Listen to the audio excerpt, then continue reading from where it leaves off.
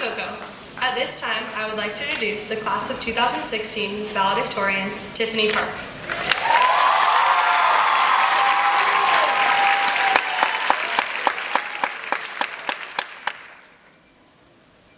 Hello everyone. Thank you all for coming today on this special night. I am really honored to speak on behalf of our class. And also, I'm happy that this speech is not being graded. Okay. As I thought about what to say today, many different ideas came up. Celebrating all the hard work we put in, appreciating all our friends, families, and teachers, and even simply recalling all the fun memories we had in the past 4 years. While these are all relevant, I thought today it would be best not to look back, but to look forward. And as I thought about what lies before us, I kept coming back to the idea of wisdom. I know wisdom isn't something people usually talk about today. Today's world is filled with all kinds of unwise topics competing for our attention. And every day it seems like there's something new to worry about or get distracted by. Even just a quick scroll on Facebook shows what's trending today. The latest Kardashian update, the Chewbacca mask lady, and Beyonce's new album. Like most of us here, I usually think to myself, what should I click on? What should I like? What should I comment on? And what should I post?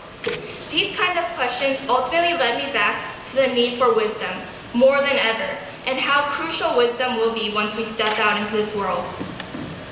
But what is wisdom?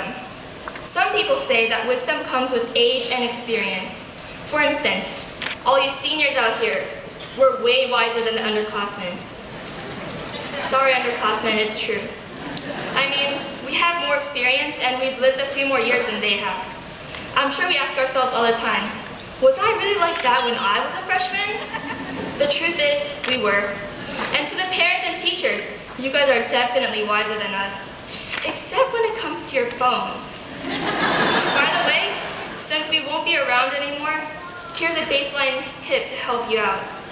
Just Google it. Others say that wisdom means knowing how to make good decisions, knowing how to discern between a good choice and the best choice. For example, choosing between 2 really good colleges, or even later, 2 really good majors. Although these are fair definitions of wisdom, tonight I want to remind us that true wisdom comes only from knowing Christ. Solomon, who some say is the wisest man to have lived on earth, describes this truth in Proverbs 1:7. The fear of the Lord is the beginning of knowledge. Fools despise wisdom and instruction. Solomon simply prayed for wisdom and God granted it to him.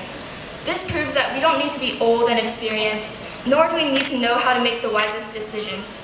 True wisdom is simply knowing Christ. And according to this definition, all of us have direct access to this wisdom. In other words, it's not about what you know, it's about who you know. True wisdom comes from striving to know God in all His glory. Knowing Him means loving Him, serving Him, and simply living our lives for Him.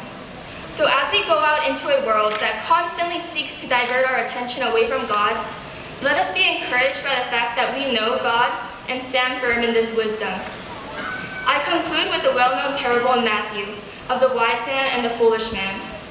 The wise man built his house on a sturdy rock, while the foolish man built his house on the sand. When the wind, rain, and floods came, the foolish man's house collapsed, while the wise man's house remained firm due to its unshakable foundation. In the same way, let's build a foundation in the Lord Jesus Christ, so that by knowing Him, we can live wisely in an unwise world. Thank you, Whittier Christian High School, and congratulations, class of 2016.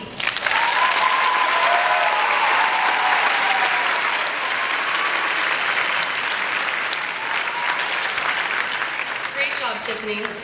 Now to present the senior class gift, I would like to introduce Trevor McGee, our senior class treasurer, Carolyn Cow, senior class council member at large, and Christine Torres, senior class council member at large.